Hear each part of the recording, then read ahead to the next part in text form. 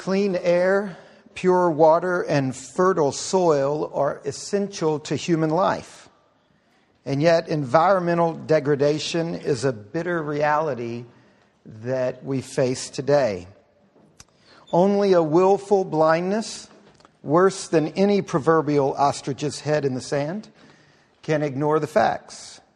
The list is depressingly long. I'll just name two current realities that are directly related to the issue of land, which is our focus tonight. Number one, between 1950 and 1987, according to United States government statistics, the total output of crops and livestock in the United States rose by an astonishing 80%, while labor input declined by 71%, and chemical input, insecticides, herbicides, fungicides, increased by 484%. Juxtapose this with the fact that during the same period, again according to U.S. government statistics, net farm income dropped by 32%. Soil, that's my first kind of list of our environmental reality that's sad. Second one has to do with soil. Soil erosion rates are now higher than the 1930s Dust Bowl. I was shocked to discover this reading Wendell Berry's influential book on What Are Humans For? Topsoil losses in Iowa now exceed the amount of grain harvested there fivefold. In the state of Washington, 20-fold. Where Iowa once had an average of 16 inches of prime topsoil, it now has 8. Every hour, about 8 acres of prime topsoil floats past Memphis, Tennessee, as the Mississippi River permanently carries away millions of tons of soil. Now, again, there are many other environmental realities that demand our attention. From the huge reduction of essential biodiversity on a planet that depends on it, to the pollution of the air and the sea and the rivers, lakes, and great aquifers, to the increase of greenhouse gases and consequent global warming. The list just goes on and on. Now, I'm a Christian, so I attempt to look at the world through the lens of Christianity. And when it comes to the land, there are two fundamental Christian claims that orient thinking for the Christian about the land.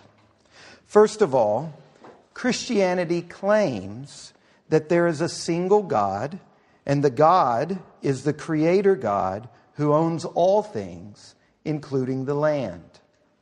We see this claim made in the very first chapter of the Bible, the Holy Scriptures of Christianity. Beginning with the first sentence in which the Bible says, "In the beginning, God created the heavens and the earth."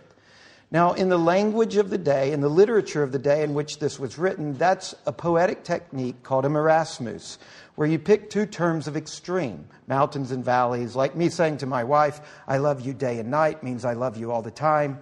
So when the Bible begins with, "In the beginning, God created the heavens and the earth," it is an ideological claim.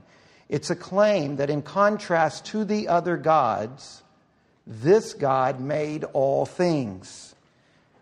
Now, this comes up throughout the scriptures of Christianity. For example, there's a psalm that says, "The earth is the Lord's and the fullness thereof, the world and those who dwell therein." Now, again, this is a totalizing claim. The basic premise is that the earth belongs to God because God made the earth. Now, at the very least, if the earth is God's, then it is not ours. This is a Christian claim that humans do not own the land. Even if our behavior tends to boast that we think we do, the Christian claim is that God is the landlord and we are the tenants. We do not have the title deed. So, as in all landlord-tenant relationships, God holds us accountable to Himself for how we treat His property. Now, as a Christian, that's a basic point of orientation that I have toward land ethic issues. The second fundamental orienting point is that according to Christianity, the land is a good thing. 6 times in the first chapter of Scripture, of the Christian Scriptures, before humans ever darkened the door of the cosmos, 6 times, the Creator God looks at His creation and announces, it is good. If you're familiar with this part of the Christian Scriptures, it keeps coming up, this statement. God looks at what He's made and says, behold, it is good. It's like the chef.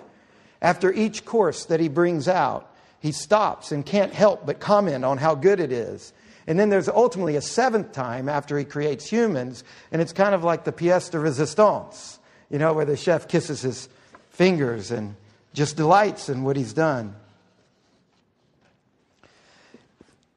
I think what's going on here when Scripture says 6 times it's good from the lips of God before humans show up is that this is ideology, this is a claim, this is an agenda to say that creation is intrinsically good. It is good independent of our presence within it, our ability to observe it, or what we do to it. It is the biblical story of creation. It is God who pronounces the goodness of the earth, not Adam and Eve.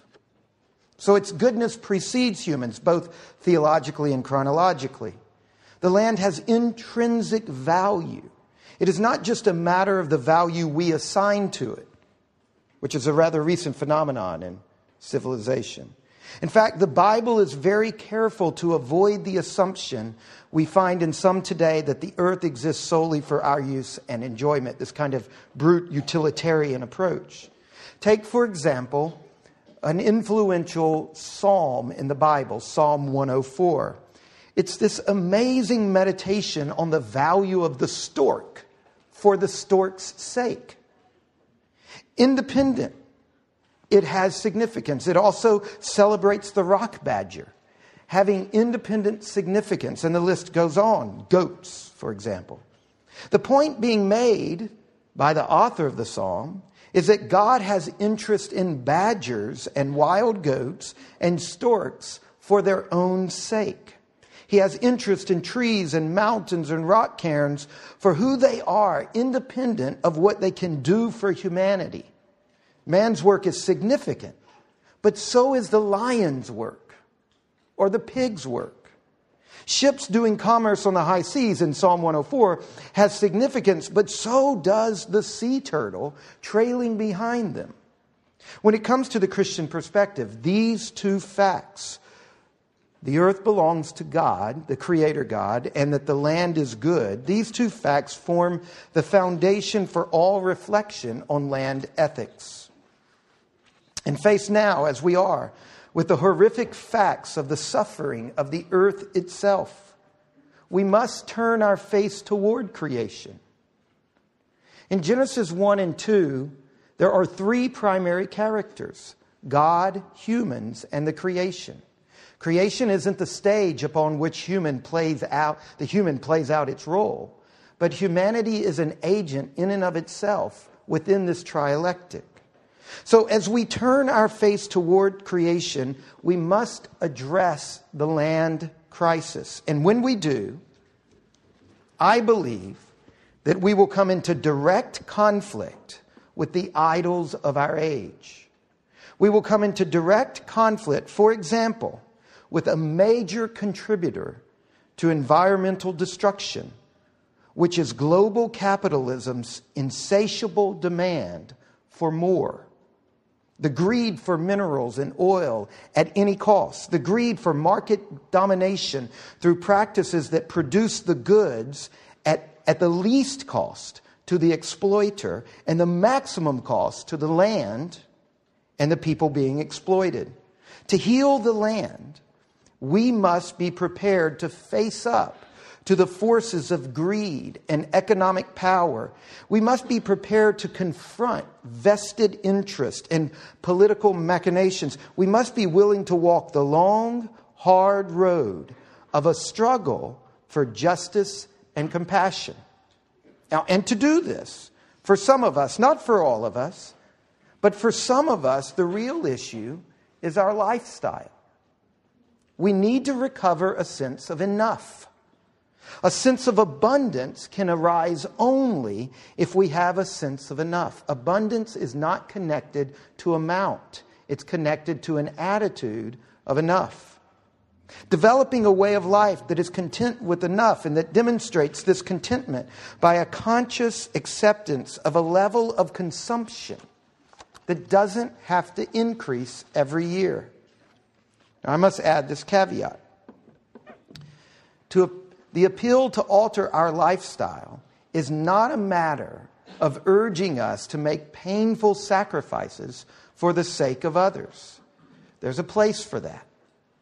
But for some of us, what we need is the realization that because of our collective drive for more and more, we are directly damaging our own well-being. This is what I appreciate about Joel's work and others like Wendell Berry, is that they've shown us a vision of shalom, a vision of flourishing that is independent of this kind of drive for more. What we need is another vision of life. That's what I'm saying. A vision in which the word enough plays a positive role. Living life in this way creates new possibilities for neighborliness, for demonstrating care for our environment, and for having more time available in our harried lives. This vision of enough will help to liberate not only the poor, but also the rich. Human well-being requires, first and foremost, a lifestyle of restraint, not luxury.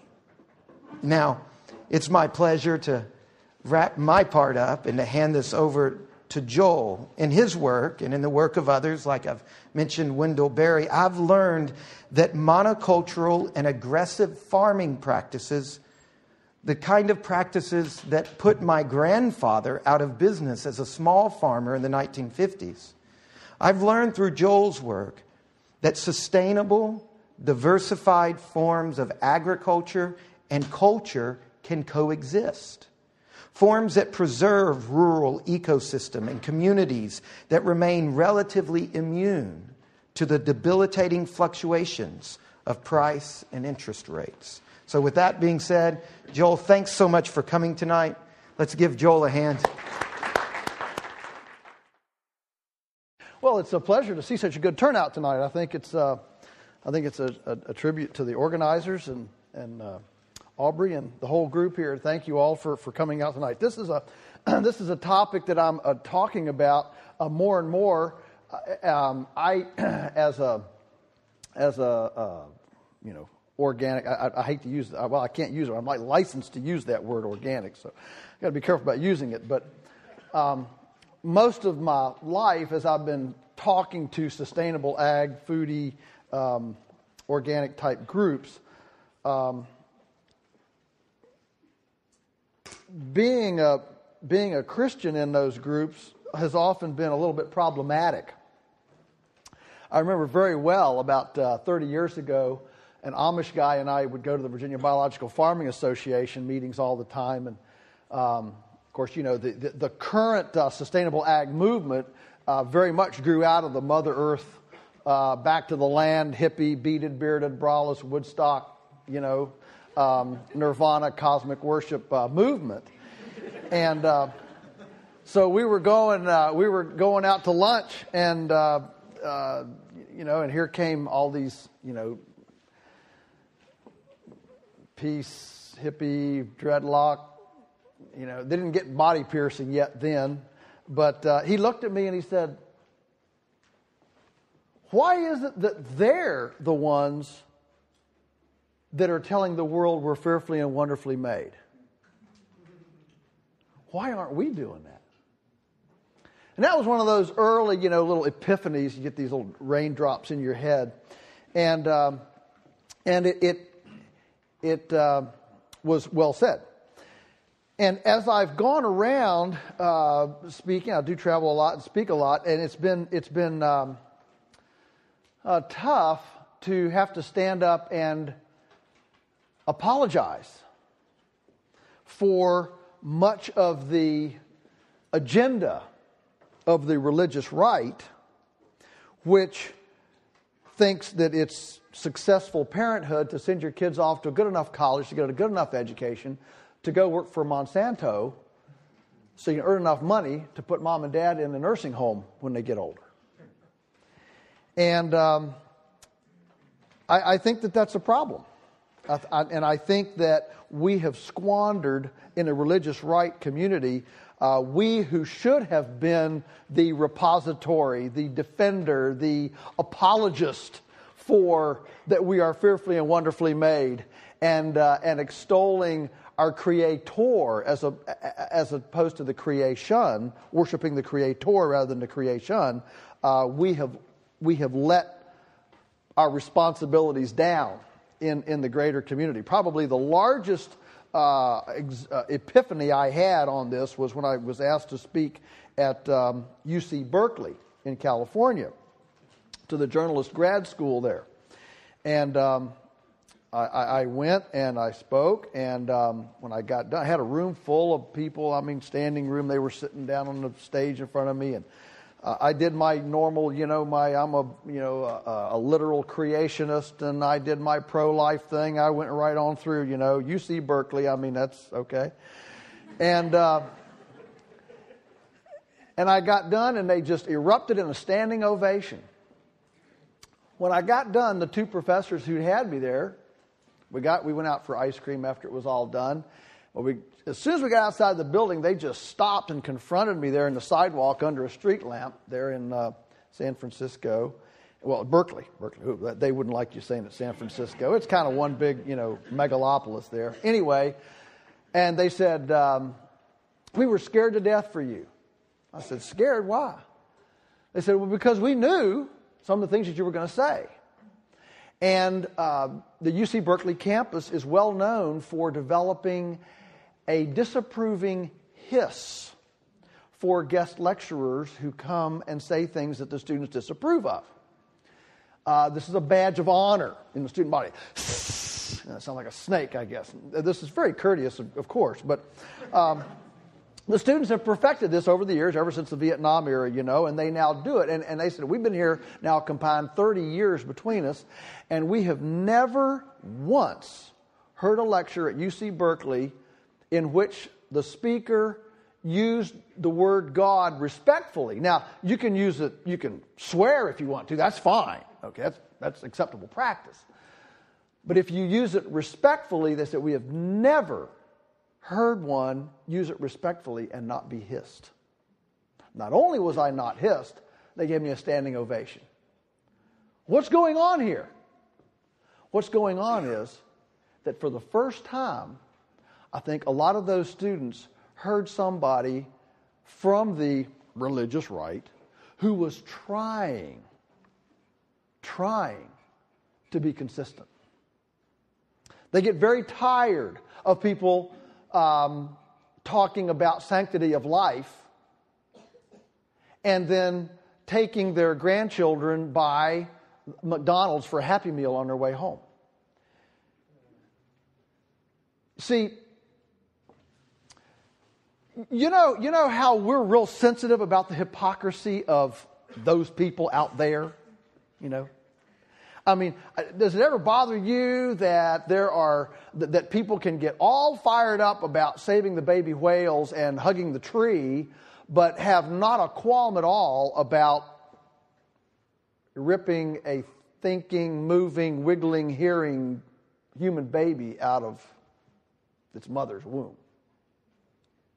That's an amazing. To me, that's so inconsistent in philosophy that I can't even speak. I can't even think of it. I got really interested in that several years ago when I was looking at what would it have taken when I remembered the early Anabaptist movement there in Switzerland, and these people were summarily rounded up and drowned and burned and killed by the Calvinists,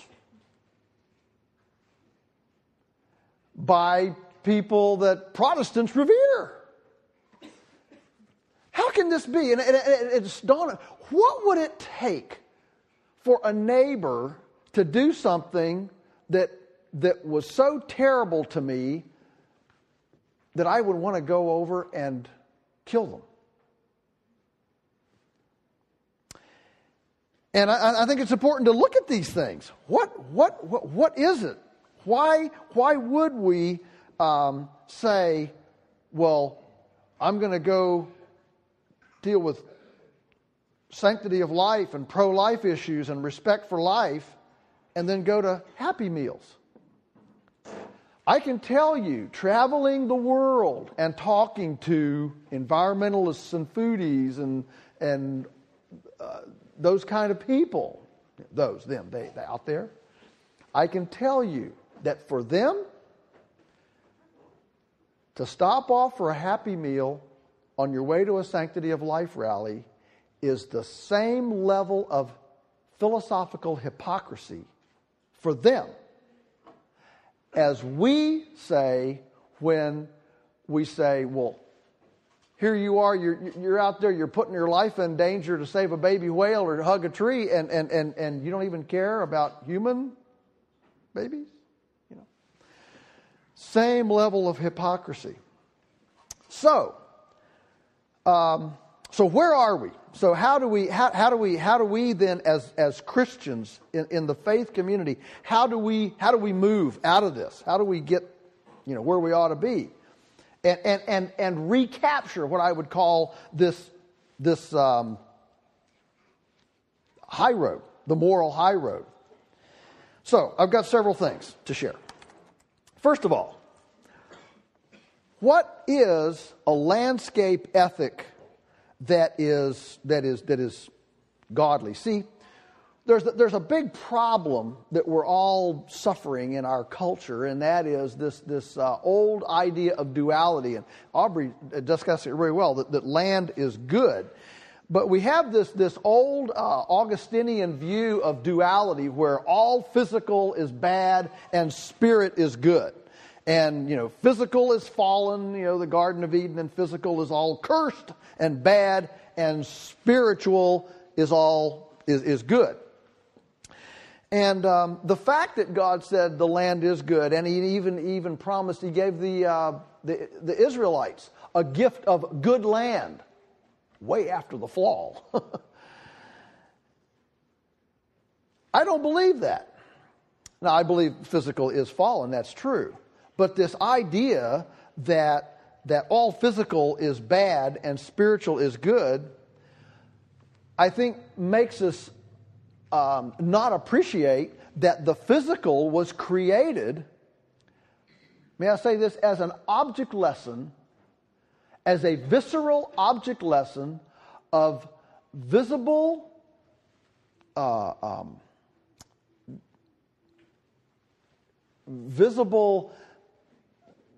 projection to show the divine nature of God. In other words, creation speaks to forgiveness and faithfulness and all of the attributes, the awesomeness, the power, the holiness.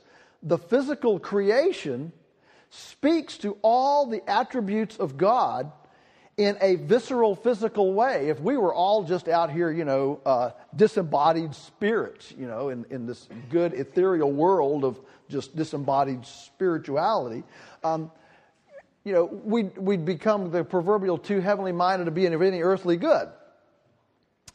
And so, the first thing I believe that as we look at nature, as we look at ecology and the environment, that brings this honor to the Lord is order. There's a pattern there. And if you study nature, if you study ecology, if you're studying environmental sciences in school, study biology classes, one of the most amazing things is the order of things.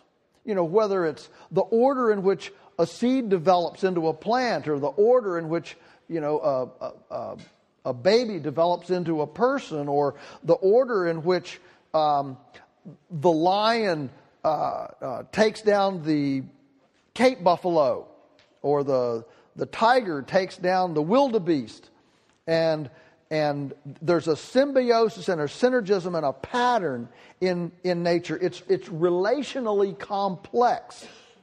And so on our farm, we want to preserve and we want to actually encourage this relationally complex diversity. When you think about modern industrial mechanical farming, it's primarily an exaltation of monospeciation and reducing diversity. We think of, I'm a chicken farmer, or I'm an orchardist, or I'm a beef cattle farmer, or I'm a dairy farmer, or I'm a blueberry farmer. We don't think in terms of diversification. And so God's order and pattern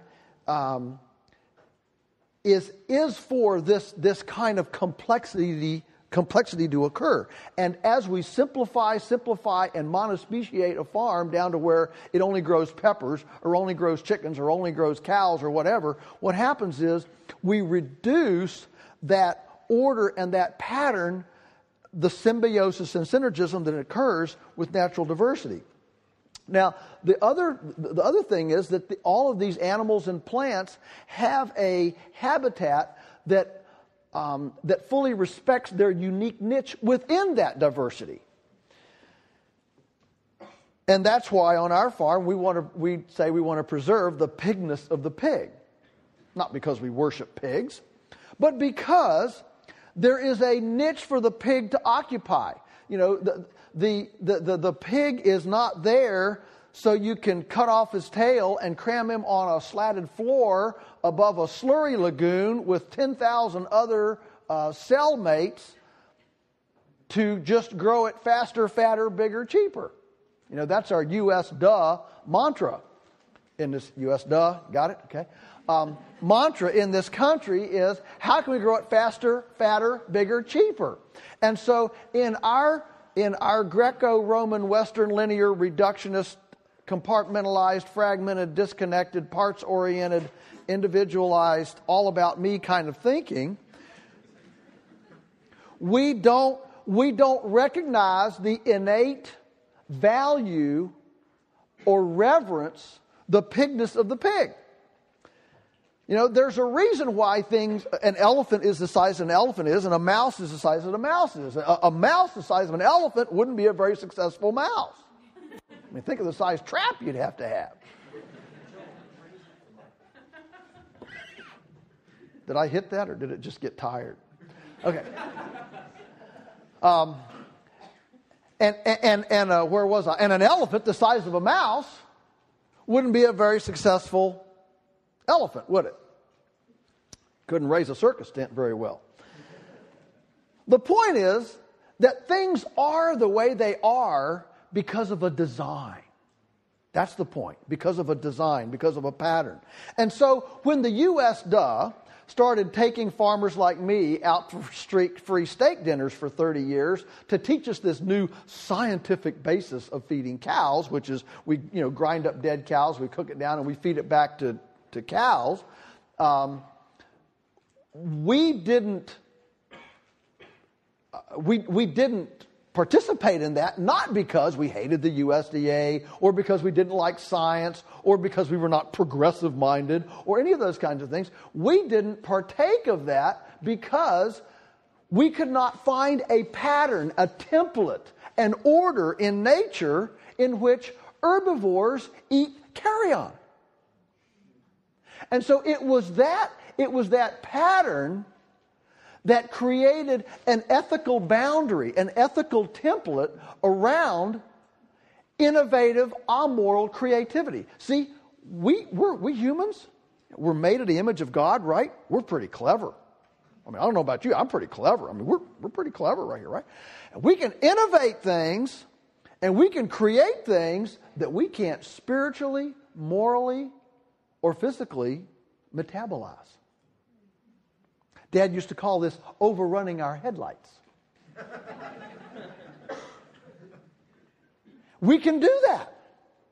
And many of the problems that we have today are caused by overrunning our headlights and then having to try to pick up the pieces, right? The problems that we created. And so we look at the pig and say, okay, so how can I create a habitat that allows you, Mr. Pig, to to fully express your physiological distinctiveness. Okay? Things are the way they are because they're supposed to be that way. I mean, the average NFL football player is dead at 57. Why? Because when your neck is bigger than your head, you're a freak and nature weeds you out.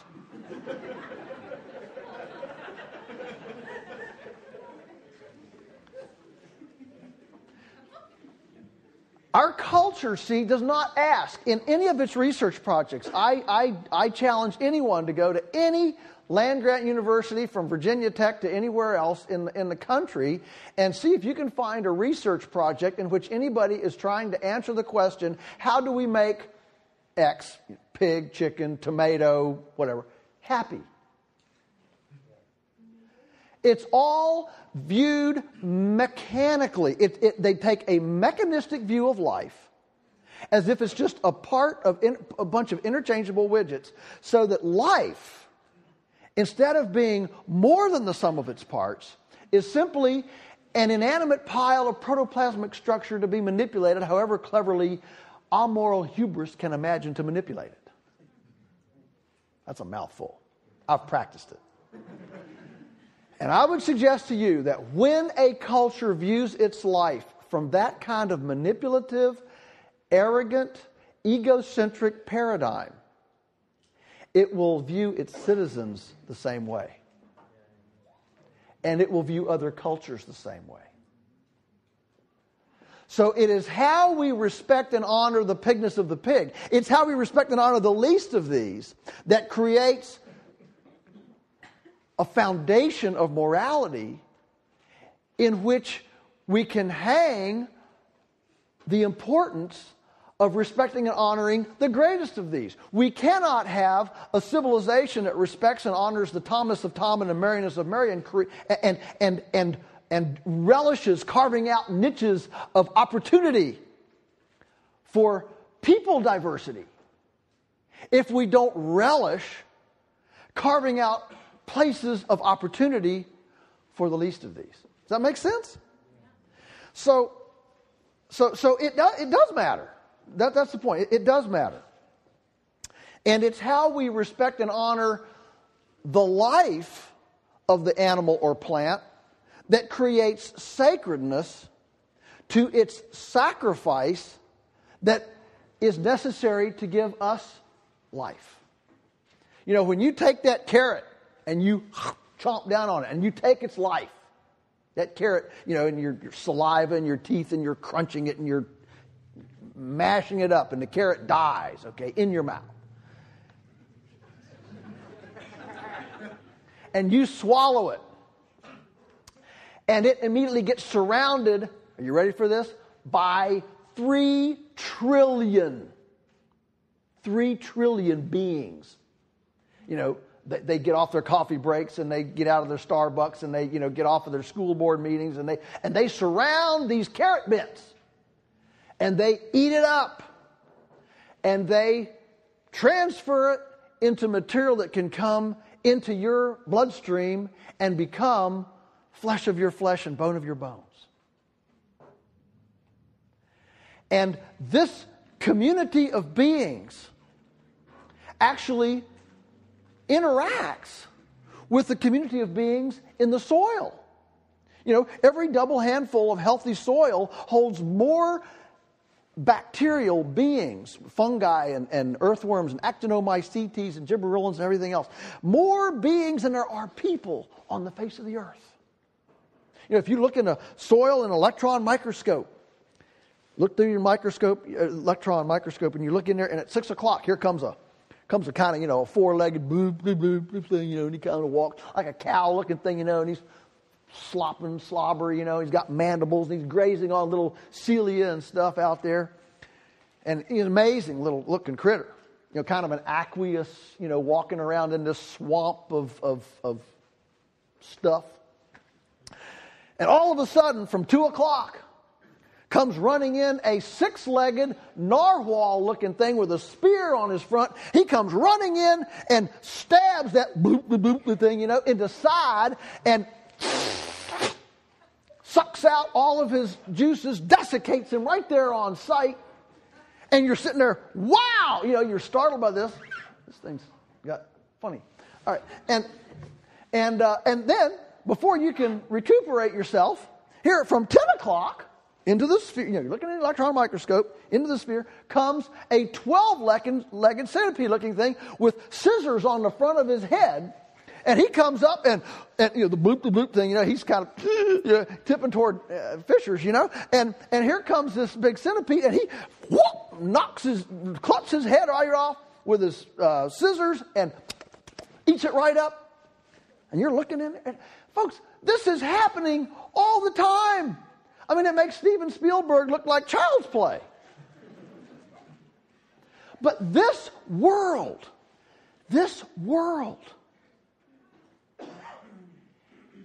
is what you and I and everything we see is utterly and completely dependent on. And yet, that invisible world of beings in the soil by the billions, in our bodies by the billions, trillions even. In fact, MIT has done a TED Talk saying that we're actually not Homo sapiens, we're Bacteria sapiens. Actually, if you could take a picture of each of us sitting here, we'd all look like Pigpen in the Peanuts cartoon, We'd have this aura of bacteria that's coming out of our breath and in us and around us and on our skin and all this stuff. We're actually only 15% human. And my bacteria are interacting with yours, and we're all... I mean, it's a big old mass of beings out here. And they are responsible for what we see. And you and I are utterly dependent on them. Who thought about them this morning in the shower?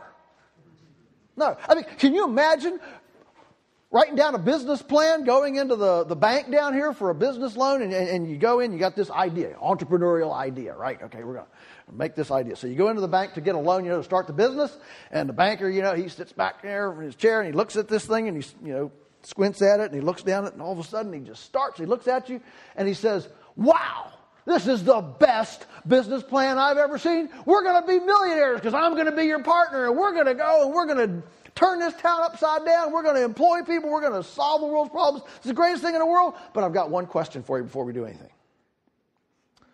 What's this going to do to the actinomycetes? What's this going to do to the earthworms? What's this going to do to your marriage? See? We are fundamentally and profoundly dependent upon an invisible world that we don't even think about. And so I think part of our responsibility when Paul says walk in the Spirit, part of that is just walk in the invisible. This isn't some mystical, esoteric thing. He's meaning be aware of things that are going on that we don't necessarily see. That was a warm-up. Number two.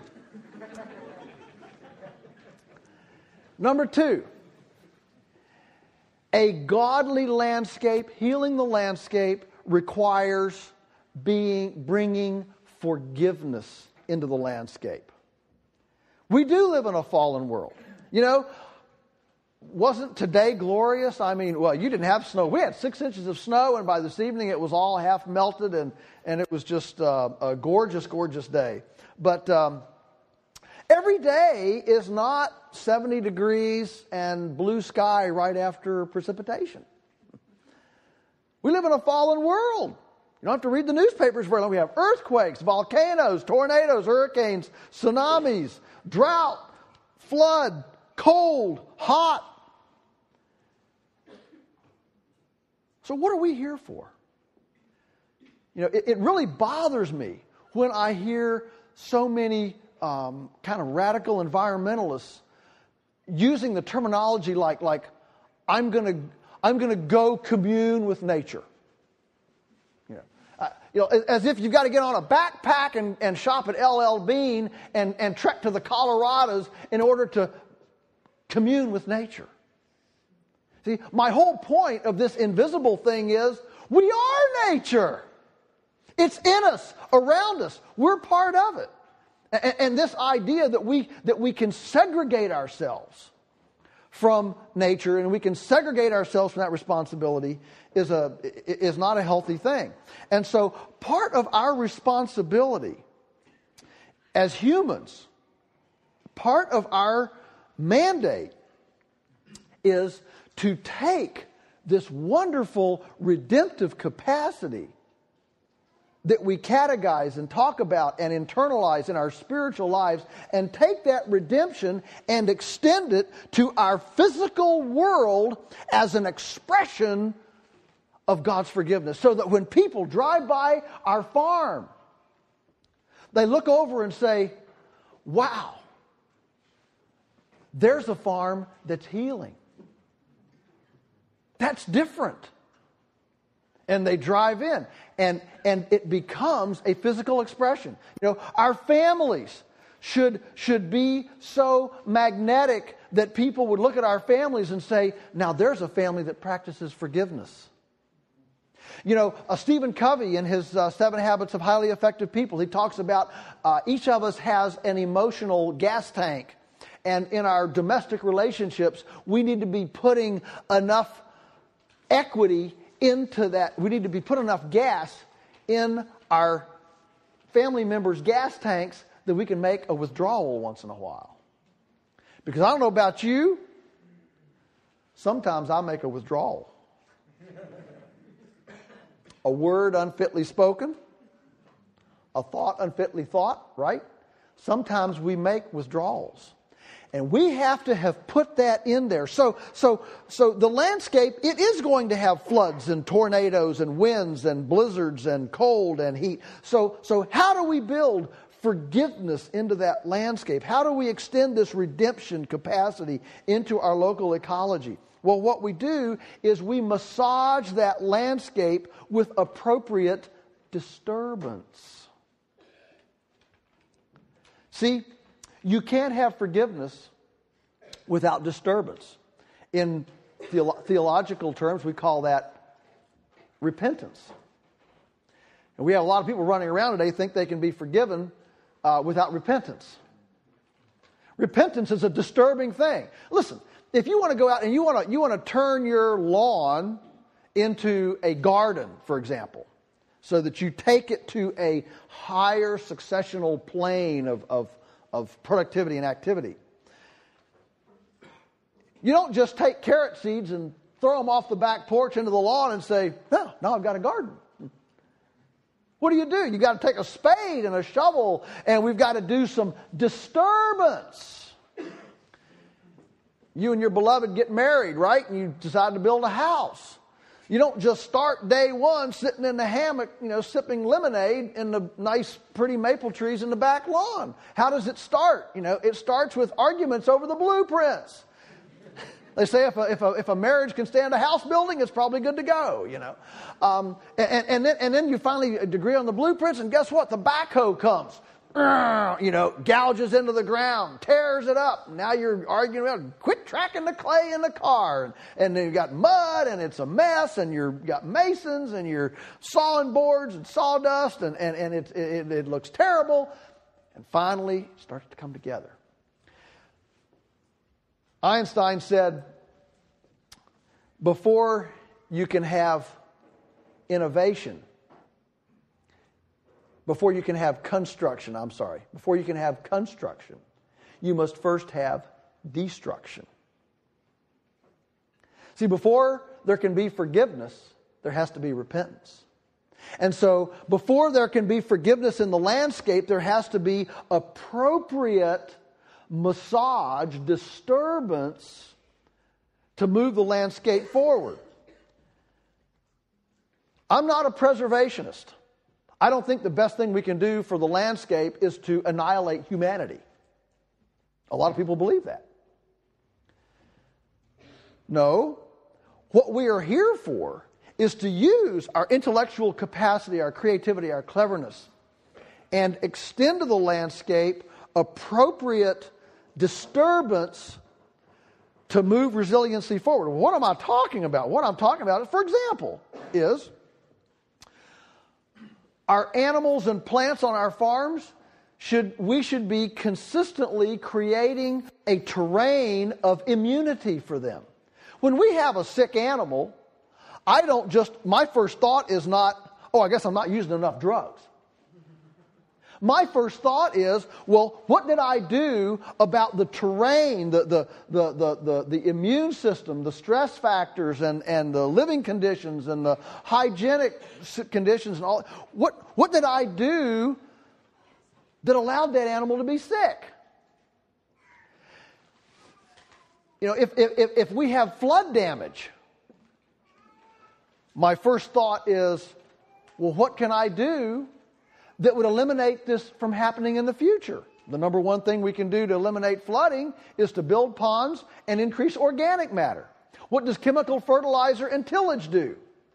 It reduces organic matter and increases flooding. Okay?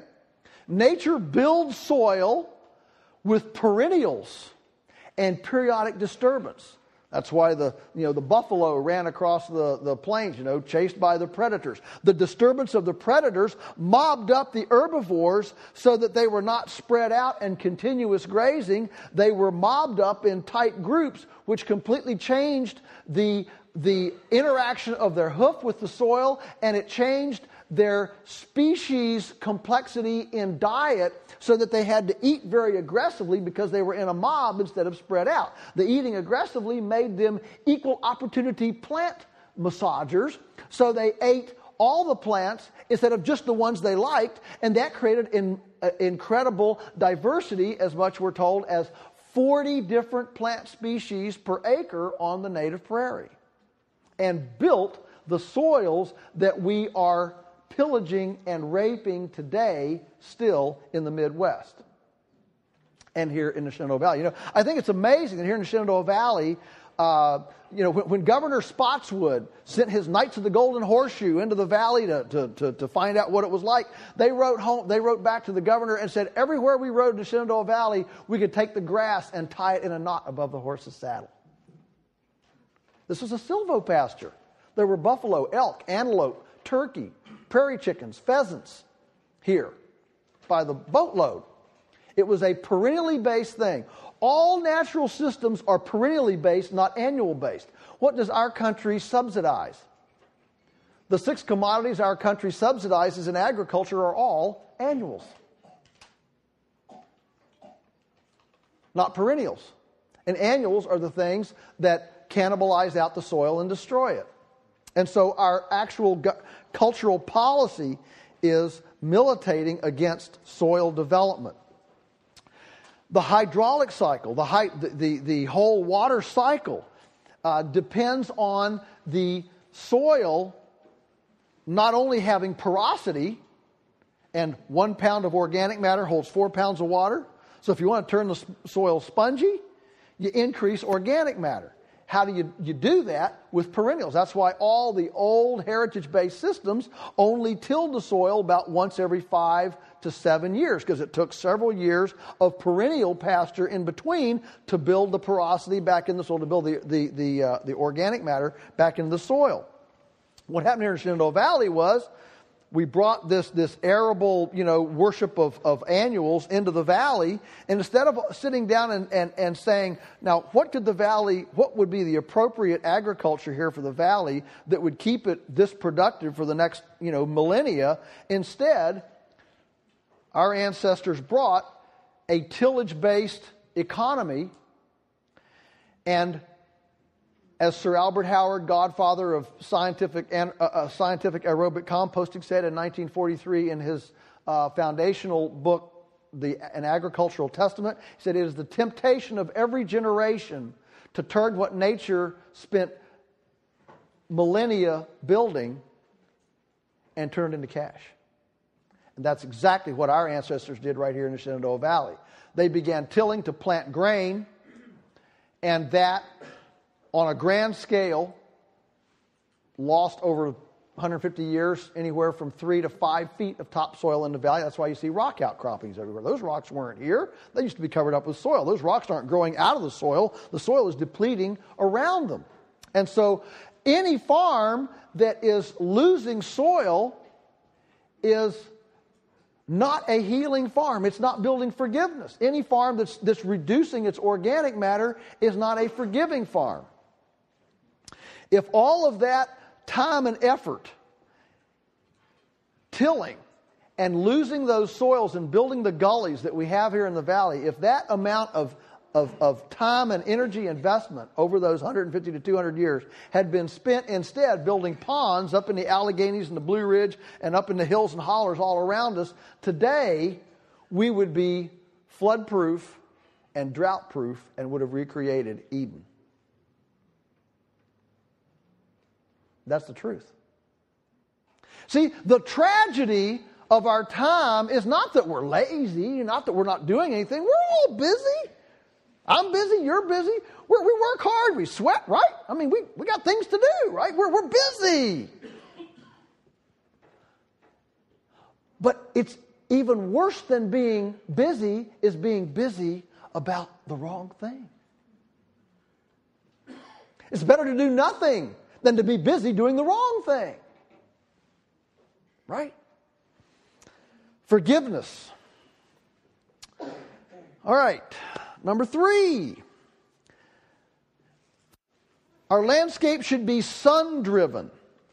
Real-time sun-driven. S-U-N. And our lives should be S-O-N driven.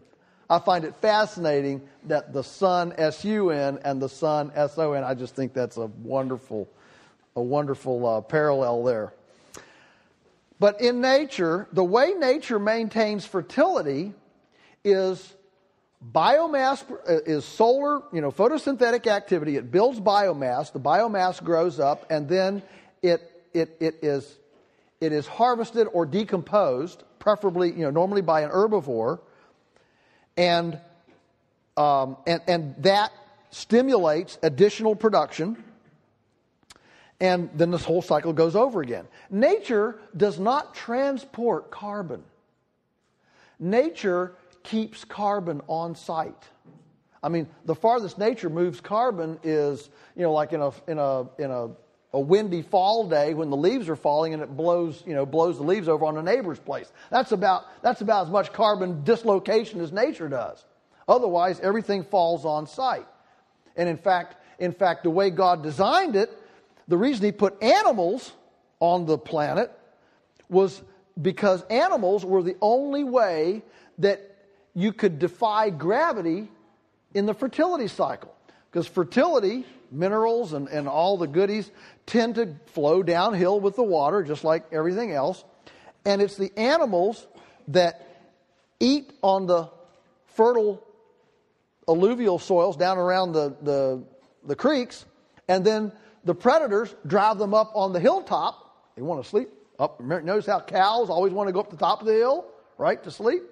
Why? Because so they can look out and see if there's a predator coming. All right? And so that's built into them instinctively to eat down here, walk up to the hill, and poop. Because, that's what they do when they sleep, where they lounge, okay? And that is a way to keep the fertility flow going bottom to top. Of course, humans can do that as well with our, transportation. But it's all done in nature. Even if you say the animals, it's all done in proximity. You don't have carbon being translocated. I want you to think just a moment about the translocation of carbon in the Shenandoah Valley with the poultry industry. Train car loads after, 100 train car loads a day or something come into the Harrisonburg area here. That's 100 train car loads of carbon from the Midwest. Now, when Aubrey was giving us the figures of Iowa topsoil has lost half of its topsoil in the last 100 years, because Iowa was 100 years farmed after us. Are you with me? So we've been here, whatever, since 1750 or 60. Now, they've only been there since about 1860 or so, all right? So about 100 years later, they've lost half their topsoil. Well, it begs the question, well, what happens in the next 100 years? I mean, there's an old Chinese saying that says if you keep going the way you're going, you're going to end up where you're headed.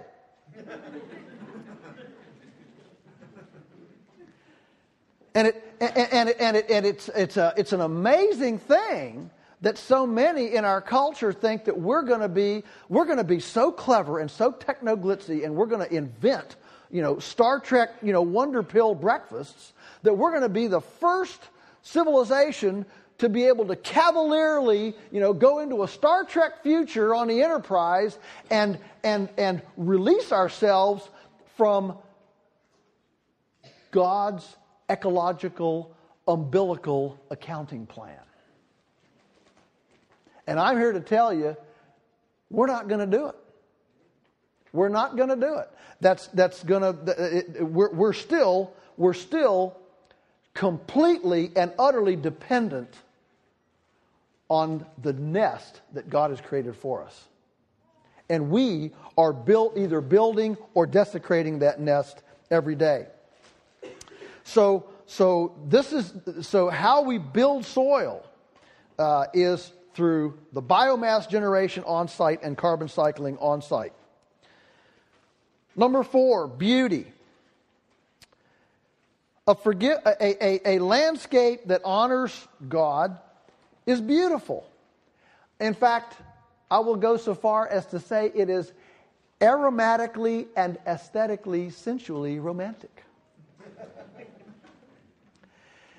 If you go onto a farm that stinks, or if a farm stinks up its neighborhood, that's not a beautiful place. What does it say about Christians, the people that are carrying the gospel? Beautiful are the feet of them, correct? We preach. Our families should be beautiful. Our marriages should be beautiful. Our businesses should be beautiful. We should, again, think of the object lesson. Again, we should be building a visceral object lesson that points people to God's beauty as a magnet that draws people to Him. And so people look at us, look at our families, look at our businesses, look at our gardens, our lawns, our farms, our kitchens, our meals, and say, that's beautiful. It's attractive. Number 5, a godly landscape is relationally oriented. I dealt with some of this already, but in other words, it has multi-speciation, symbiosis, synergistic, and it is participatory. That's one of the reasons that I'm such a big, firm promoter of children's gardens.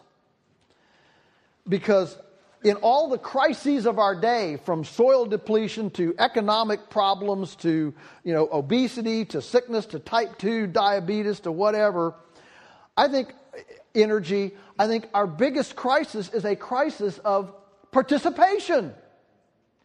We've got people that are far more passionately interested about the latest belly button piercing in Hollywood celebrity culture than they are what's going to become flesh of their flesh or bone of their bones at 6 o'clock. That's strange. No culture has ever had the luxury of being able to so fully abdicate its visceral living responsibilities. 100 years ago, if you wanted to stay warm, you had to go chop some wood. You were viscerally participatory in energy. If you wanted clothes, you had to shear a sheep or an alpaca and spin it. Whatever, okay? And weave it, right? You participated in that. If you wanted to eat in February, you put in a garden in May and harvested the excess all season long and canned it and fruit leathered it and froze it and dried it and, right? You participated. Today, folks, we can live our lives and never even participate in any of this.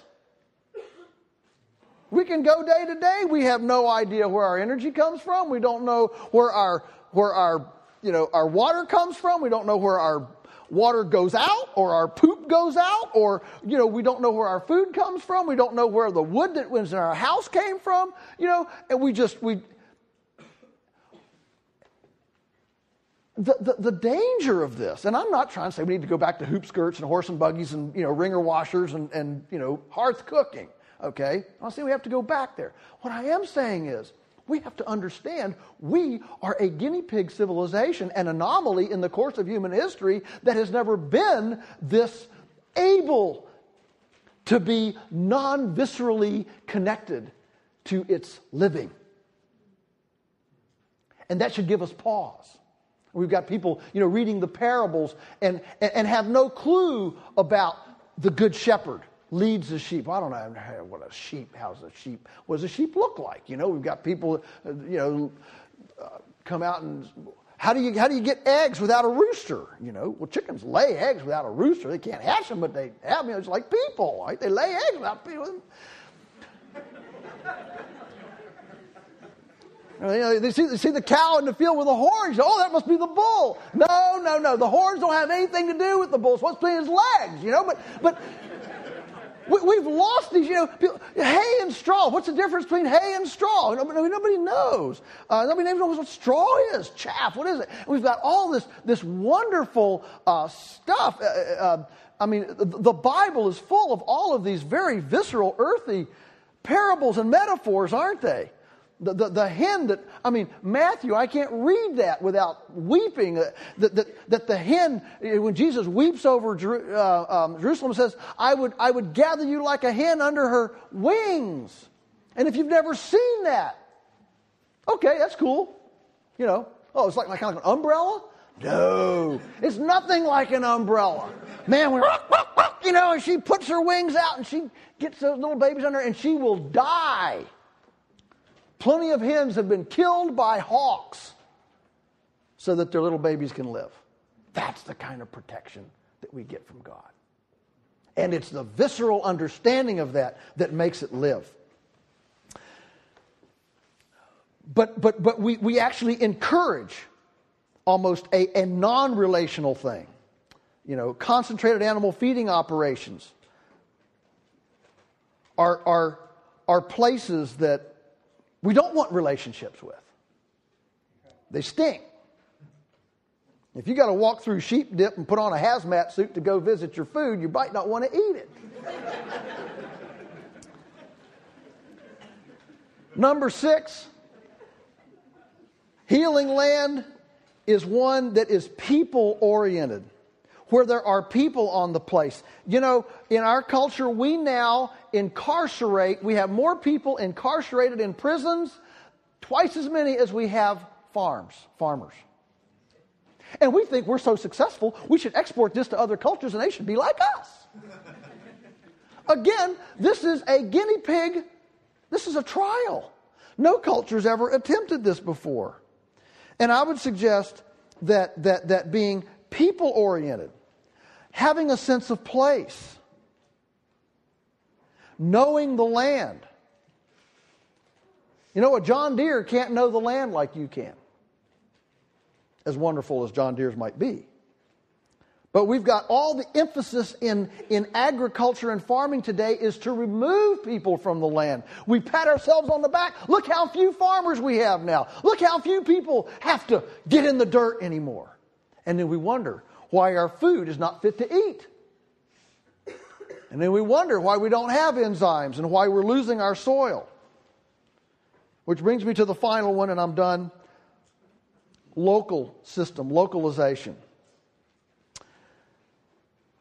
When we build a food and farming ecology that is localized rather than globalized,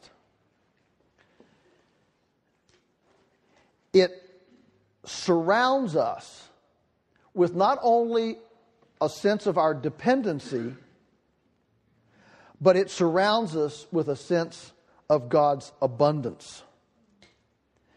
You know, we have this idea that the earth is our enemy, kind of. You know, the average farmer, you know, the earth is our enemy, and I've got to just be forcing it and forcing it and forcing it. And I would suggest that the earth is our friend, and it will love us back if we love it. It will love us back far more than we can even imagine. It wants to give. It wants to commune.